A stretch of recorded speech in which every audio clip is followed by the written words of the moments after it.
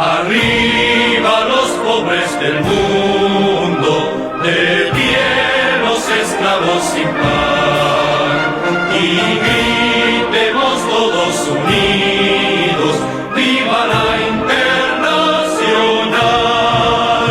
Removamos todas las trabas que nos impiden nuestro bien, cambiemos el mundo de paz, hundiendo al imperio burgués.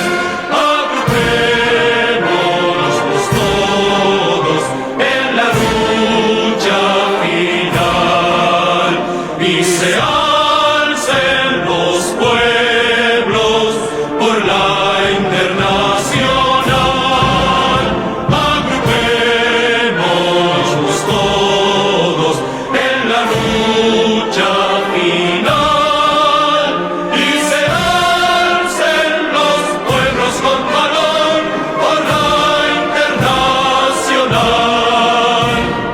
El día que el triunfo alcancemos, ni esclavos ni hambrientos habrá.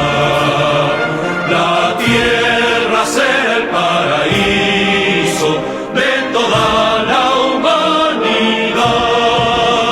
Que la tierra dé todos sus frutos y la dicha en nuestro hogar. El trabajo es el sostén que a todos de la abundancia hará gozar.